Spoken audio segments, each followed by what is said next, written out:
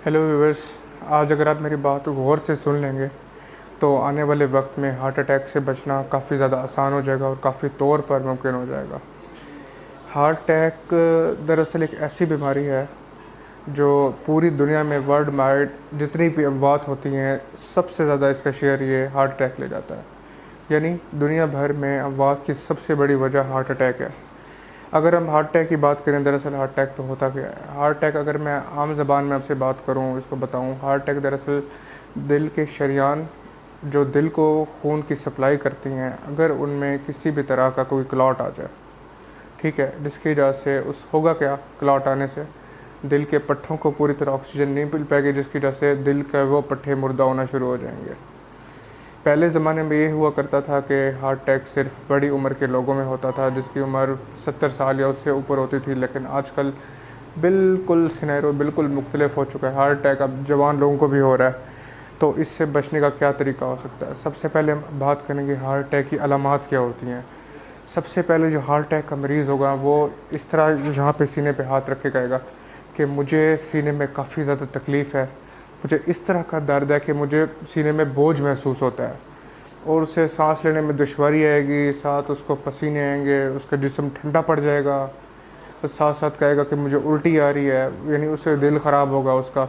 ये सारी अलामात दिल के हार्ट अटैक की तरफ जा सकती हैं, मरीज़ को लेके जा सकती हैं।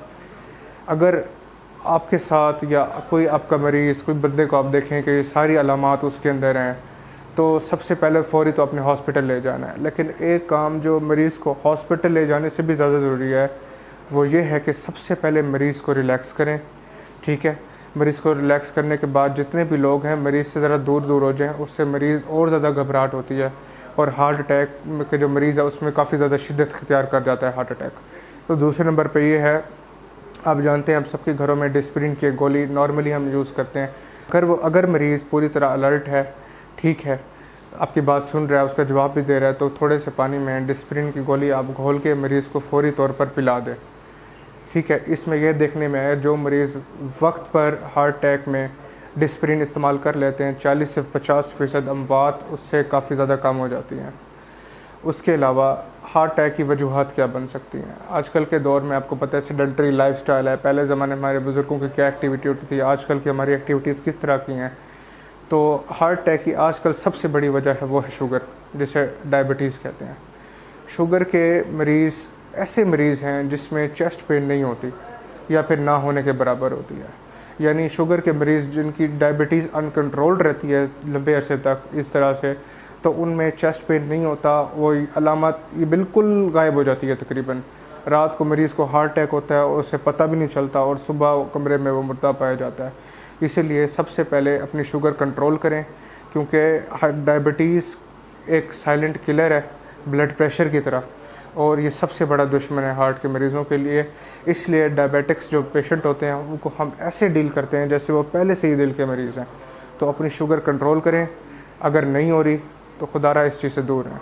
दूसरे नंबर पे हमारे पास है वो हाइपरटेंसिव या हाई ब्लड प्रेशर के मरीज़ जिनका ब्लड प्रेशर कंट्रोल नहीं रहता, क्योंकि जब ब्लड प्रेशर ही कंट्रोल नहीं होगा तो ब्लड प्रेशर ज़्यादा होगा, दिल के वाल्व्स के पट्ठों के ऊपर उतना प्रेशर आएगा, जो हमारी खून की शरियानें होती हैं हाई ब्लड प्रेशर की वजह से उनकी जो एक लेयर होती है वो टूटती रहती है साथ साथ, जिसे हम एंडोथेलियम कहते हैं, जो कभी ना कभी एक क्लॉट की सूरत इख्तियार कर लेती है एक लेट स्टेज में जाके, और काफ़ी सारे हाइपरटेंसिव मरीज़ को दूसरे नंबर पे हार्ट अटैक होता है डायबिटिक्स के बाद।